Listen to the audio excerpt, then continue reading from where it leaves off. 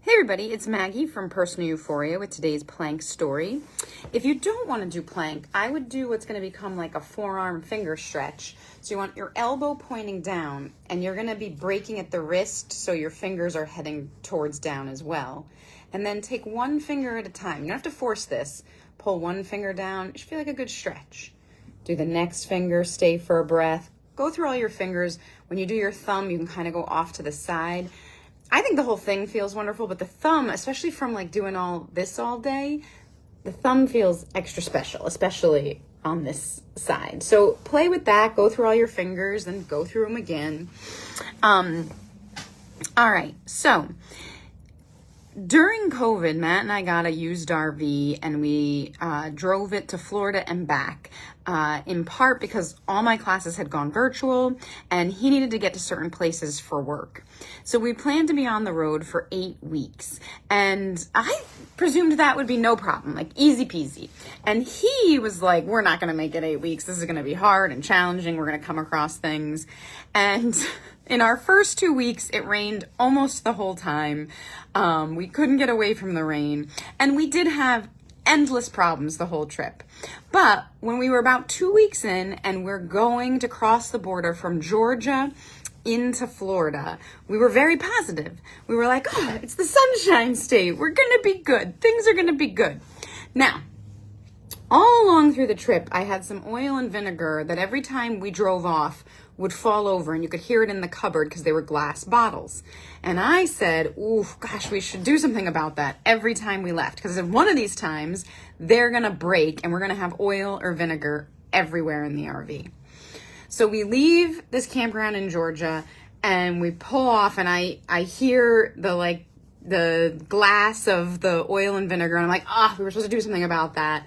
And immediately there is this like crash and a bang. And it wasn't the oil or vinegar. Next to that, I had a glass jar of pickled jalapeno peppers. And they fell out of the cupboard, hit the counter, shattered glass across the RV, and pickled jalapeno juice and jalapenos everywhere. We were still finding like dried up shriveled jalapeno chunks like a year later. So we pull over, we try to clean it up as best we can, but we're on the side of the road and we can't plug into electricity, so we can't use our vacuum. And so we're like, all right, let's continue to the next campground and we'll resolve it then. And we're going down 95 in Florida and I start to smell this like terrible smoky smell that's like giving me a headache very quickly. And it's important to know in this story, Matt has no sense of smell. So my first thought is, this jalapeno juice got somewhere onto some kind of cable or wire or something it shouldn't be on. And my second thought is we're on 95 and there's lots of trucks. Maybe it's just the fumes. And then I look back into the RV and the back of the RV is filled with thick black smoke. And so I very calmly say to Matt, it's on fire, pull over, we're on fire. And he says, well, could it just be the jalapeno juice? And I'm like, no, we're on fire, pull over.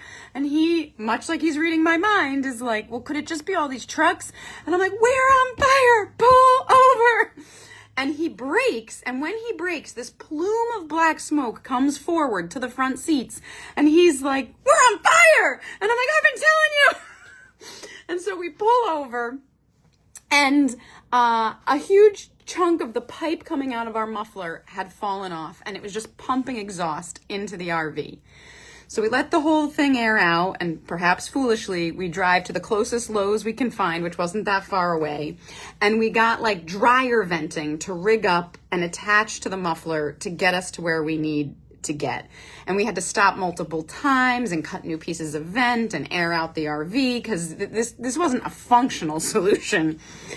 And I say to Matt, you know what? You were right. This was a silly idea. It's been nothing but disasters, which wasn't true. But in the moment, that's how I was feeling. I was like, let's just go home. We should go back. And Matt's like, well, I just got to the place I need to work. I have to be here for work. Let's get a hotel. We can't get home with the RV like this anyway. We've got to figure out how to fix it. let's regroup.